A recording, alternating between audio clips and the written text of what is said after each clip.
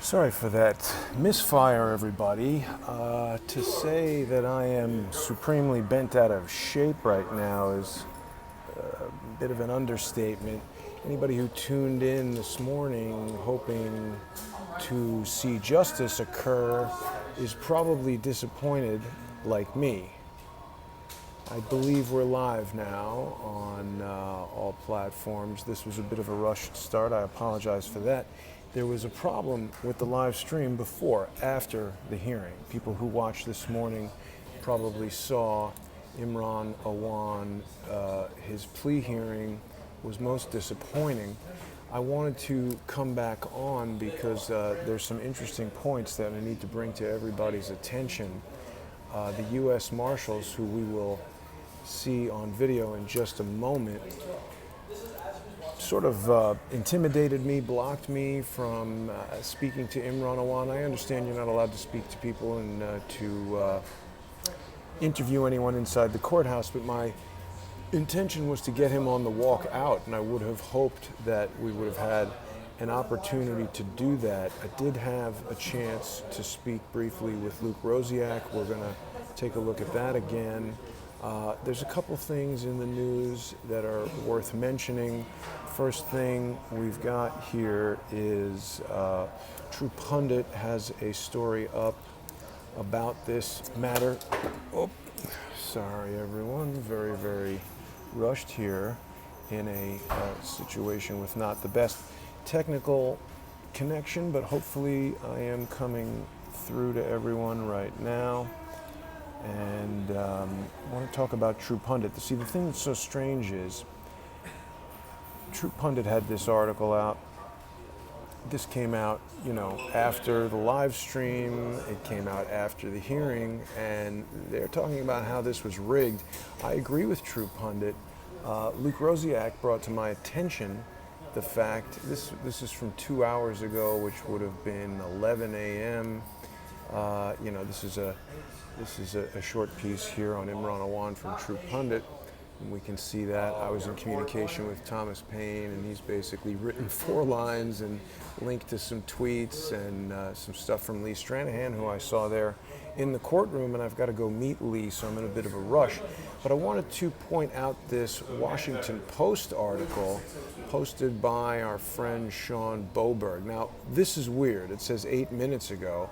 When I looked at it just before, it said 10:54 a.m.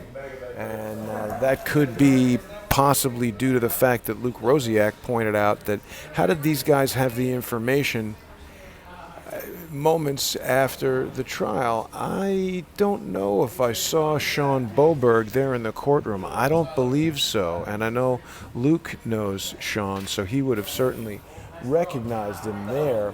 The real reason I wanted to present this live stream was to give everybody a chance to see the video that didn't get played. It got cut off before the end.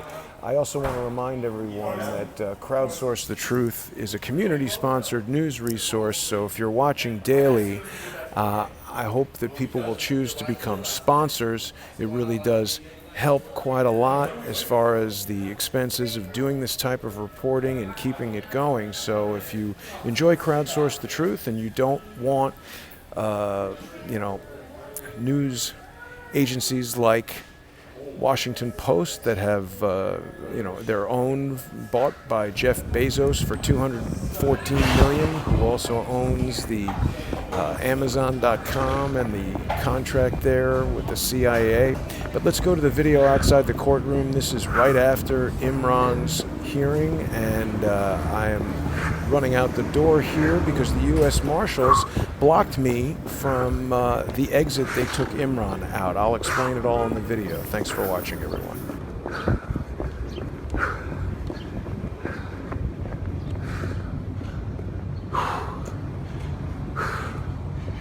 So, we're back live, and what's just occurred is shocking.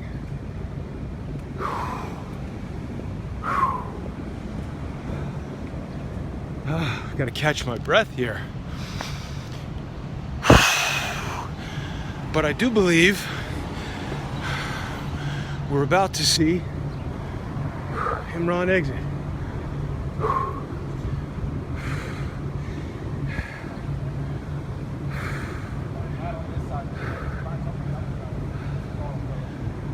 Maybe this guy's driving the getaway car, because we've just seen a travesty of justice occur.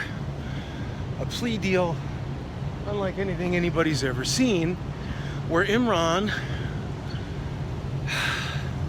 has pled guilty to lying on a loan application, bank fraud, mortgage fraud, in exchange for the government not charging him with any crimes, any non-violent crimes that he's committed. All these guys that we're looking at are U.S. Marshals who are eyeballing me. The U.S. Marshals have interviewed me and taken my information because I was speaking with Imran Awan.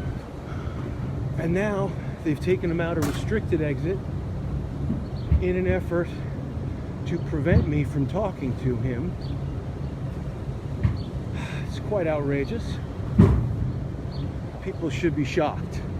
Michael Mirando, the U.S. attorney who is the prosecutor that Chris Gowan has told me so much about, how he's investigating these crimes, was not here today. It was some new guy who nobody has seen before, who's just come on the case, Luke Rosiak said to me right outside the courtroom. So where is Imran? Well, they took him through on the interior, and the other side of this door is this sign that says restricted access, authorized personnel only. And of course, I'm not allowed to record or even ask questions inside the courtroom. I think they're blocking him from coming out this door, John. Well, John doesn't want to talk to me. That's fine.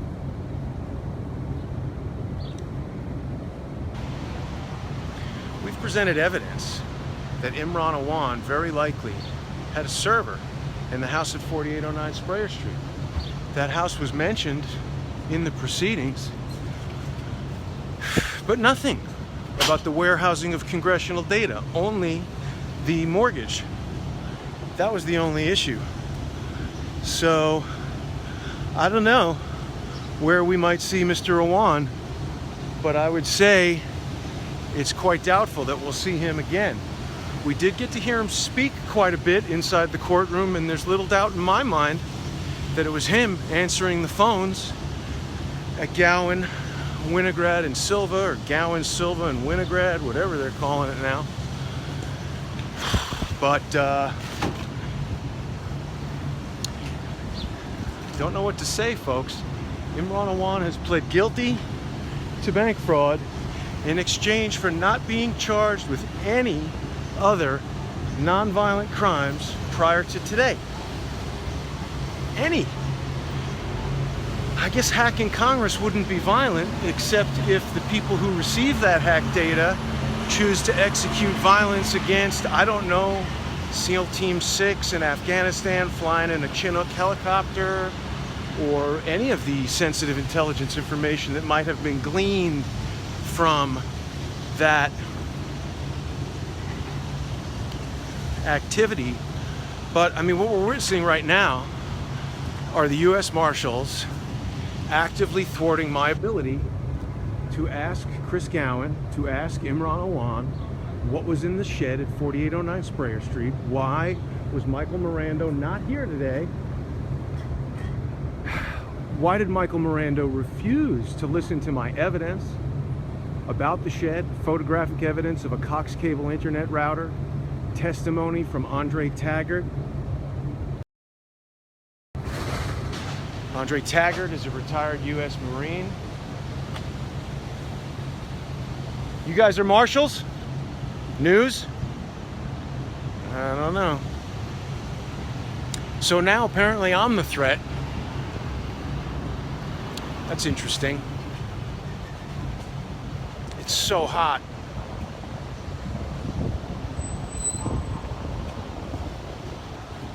That door's not opening. Did you see him? Yeah. The U.S. Marshals took him out this exit. The U.S. Marshals took him? Well, because what happened was... Was he under arrest or? Well, no.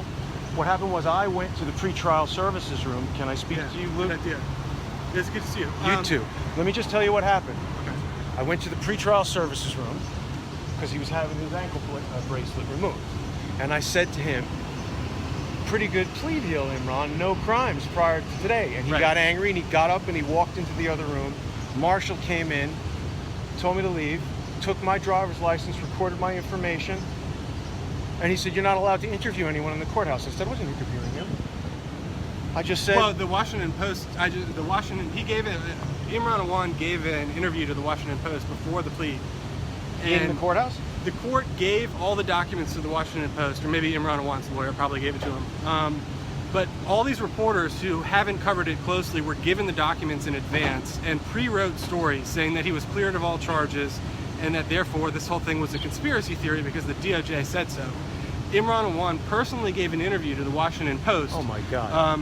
You know, because we were in the courtroom, there wasn't really many people there. No. The rest of the media, they basically arranged it in advance where the media was fed information, so they didn't even need to go. Me, I've been covering this closely. No one's given me the court documents. So the Washington Post is up with a story right now that they had published within seconds of the plea deal, saying that the government now says that it's all a conspiracy theory, and Imran Awan personally gave an interview saying that Donald Trump picked on him because he has a Pakistani last name. Of course, that omits the fact that Yvette Clarke, a black Democrat from New York, her chief of staff said that Imran Awan's family was engaging in crimes, that the Nancy Pelosi appointed inspector general, I guess he thinks framed him. I guess everyone else, all his stepmom, they all conspired and independently. Why was Mirando not here today, Luke? There was no one at the prosecutor's table other than this one guy who literally has never been involved in the case until yesterday. Wow. Wow. Well, the U.S. Marshals escorted him to protect him from me. To protect him. Out this door. Yep. But he hasn't come out. So I don't know. I mean, the sign said no unauthorized access beyond this point. So obviously I couldn't go, and they were itching to arrest me. I guess Congress should have had a sign that said the same thing, no unauthorized access. Yes, exactly. The IG found that he made unauthorized access. Now the government is trying to backtrack on things that it had evidence of a year ago. We're to believe that all this evidence that they had a year ago has now gone away somehow. Well, Mirando refused to look at the evidence that I presented that there was possibly a server warehousing congressional data in the shed at 4809 Square. They had than that they didn't look at, you know. Why did they do that? It's being protected in more ways than one, obviously. I think when you saw him taken out by U.S. Marshals for his own protection, that was some good bit of symbolism there for the way this entire case has been proceeded. I gotta go because I need to find out. Good talking to you, Luke. I need to get documents for what this agreement is because apparently we haven't seen it. We haven't to seen everyone it. except anyone who's been and actually why? covering Because it. the people who have been following it know how to rebut it and say, well, what about this or what about that? Or you've contradicted yourself here. But you go to some idiot like Sean Boebert from the Washington Post. That guy will eat up anything that they tell him. You know, Sean Boebert ran a story one day after we presented the video, Hidden Network Topology. But well, he's got a story up right now that was put up 30 seconds after he pled guilty because they gave him the documents in advance. Imran Awan said it was all because he's Pakistani. The problem is, the documents show what they show, and I don't know how they went backwards on evidence over the last year. But this is a cover-up. Thanks for what you've been doing, Luke. Take care of yourself. Yep. Luke Rosiak from the Daily Caller. Now, wait a minute. Oh, shit. Is that him?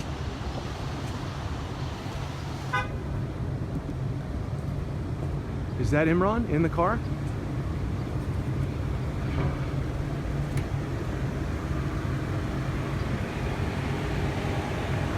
No, it's not. They just really don't want to let him out. So he hasn't come out? I haven't seen him come out. I mean, this certainly looks like a U.S. Marshal's car. Gowan was wearing a tie that looked like he took off a John Gotti, and those guys aren't. That's two guys, you couldn't really make out their faces inside the car. I'm sure they got in their car, they're in the garage, he's going to come out right now. Nobody's going to be able to talk to him. It's shady over here. Yeah, this could be the Marshals getting him, driving him to his car. Is he in there? It's a loading dock. I mean, it looks like that guy up there at the top of the stairs. It does look like that guy. FBI, something. U.S. Marshals. So now it seems the courts and law enforcement are protecting possible Pakistani agents from U.S. citizens who want answers, members of the press, people who are simply asking questions based on evidence. And we are literally witnessing in real time a travesty of justice. Now, who's that?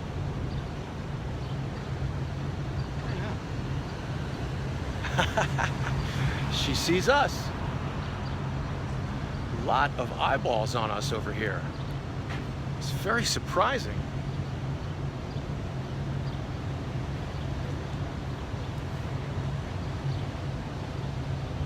I mean, I don't know how long I can wait here to see if Imran Awan comes outside. See, I hope this is going out live right now. I believe I set it so that it will just resume the stream.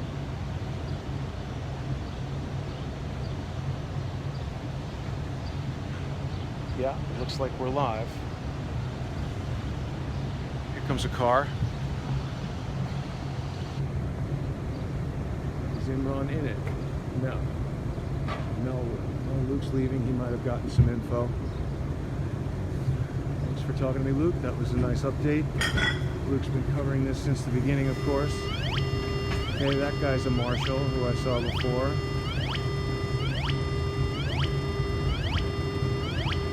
They just don't want him to be spoken to. Am I on court property? Do I have to stand here? Looks like I'm coming over to be spoken to by...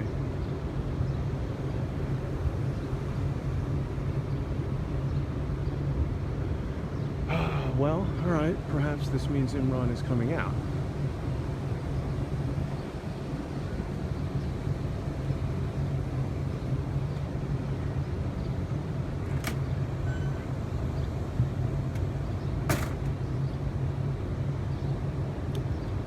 Here a little while longer. Definitely have to get some water. This is just absurd.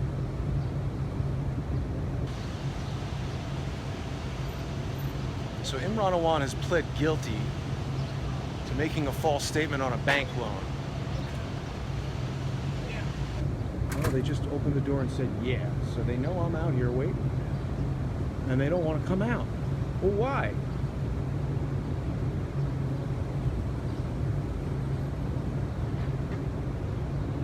Out, guys. Well, I guess now they could just go out the other exit that they know I'm here.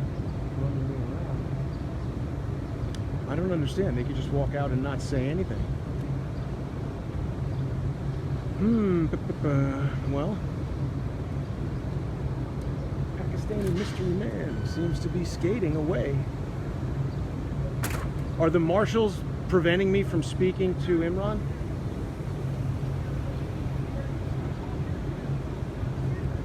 These guys. So there's the agent who took my information.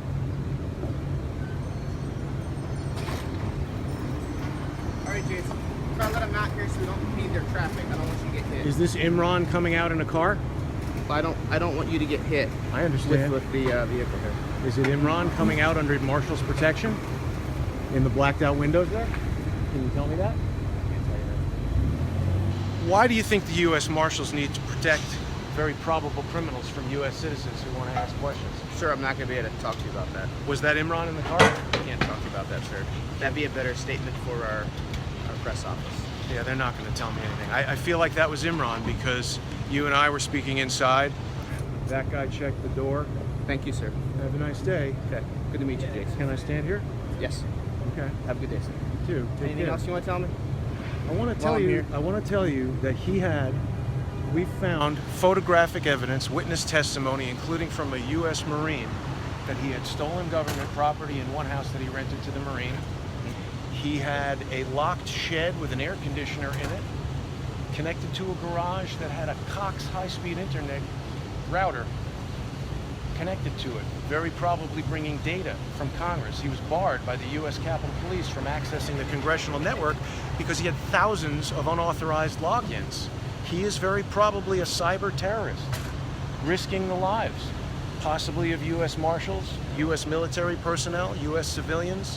What happened today, officer, was a historic travesty of justice. And I hope that wasn't him under U.S. Marshal protection. Am I wasting my time standing here to wait for him to come outside? Can you answer that? Can't answer that, sir. Okay. All right. Have a nice day. Thank you. Good to meet you, Jason. Likewise. Okay. Well, I think Imran is gone. And I'm under surveillance by the U.S. Marshals. That's crazy. Hey, did you guys see a Pakistani mystery man inside there?